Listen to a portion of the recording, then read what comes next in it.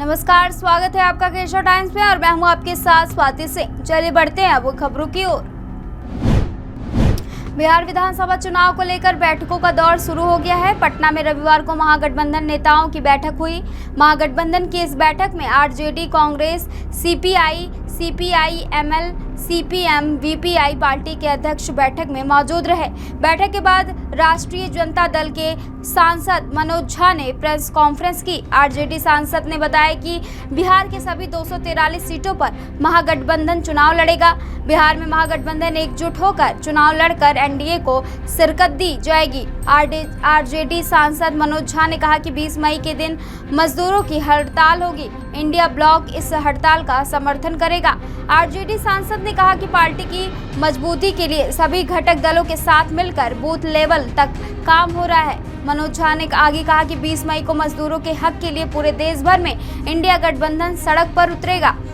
India गठबंधन के कोई भी उम्मीदवार हो, एक प्रत्याशी के लिए सभी घटक दल चुनाव में मजबूती से काम करेंगे। तेजस्वी प्रसाद यादव के चेहरे पर कोई विवाद नहीं है। आरजेडी सांसद ने कहा कि हमारे लिए जातीय जनगणना मुद्दा पहले भी था और अभी भी है। जातीय जनगणना जब तक होगी नहीं तब तक इस विषय पर पूरी नजर है। जो आंकड़े दिए जाएंगे वह सही दिए जाएंगे कि नहीं, तमाम चीजों पर नजर होगी। इसके साथ ही आरजेडी सांसद मनोज झा ने कहा कि देश में आतंकी घटना की पार्टी निंदा करती है। आतंकी घटनाओं पर आरजेडी नो कम्प्रोमाइज मूड में रहती है। आज की खबर में बस इतना ही। ऐसी तमाम खबरों को जानने के लिए जुड़े रहिए केशव टाइम्स के साथ।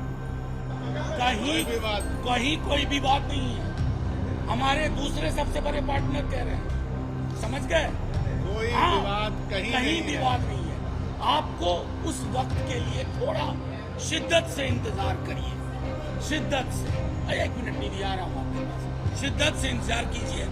महत्वपूर्ण ये है कि समन्वय से संवाद हो रहा है। महत्वपूर्ण ये है कि हम सरकार को घुटने टेकवा रहे हैं। इसके लिए हमारा धन्यवाद तो करिए।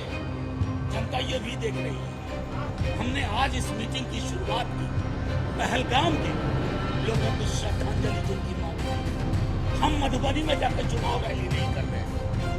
हम उस तरह की बेशर्मी में नहीं जाते। हम तो आज तक सदन में पूछते रहे पुलवामा कैसे हुआ। अगर पुलवामा की रिपोर्ट आती तो पहलगाम नहीं होता। हमसे पूछोगे? अरे पूरा देश एक स्वर में बोल रहा है, पूरा देश एक स्वर में बोल रहा है। और आपका ट्विटर हैंडल क्या कर रहा है हम नहीं देख रहे हैं। मतलब किसी के बयान के चेरी पिकिंग करके उत्पात मचाने से कुछ हासिल नहीं होगा। देश एक स्वर में सोचता है। हमारी राजनीतिक भिन्नताएं हैं, लेकिन इन मुद्दों पर हम नो कॉम्प्रोमाइज सिचुएशन में रहते हैं।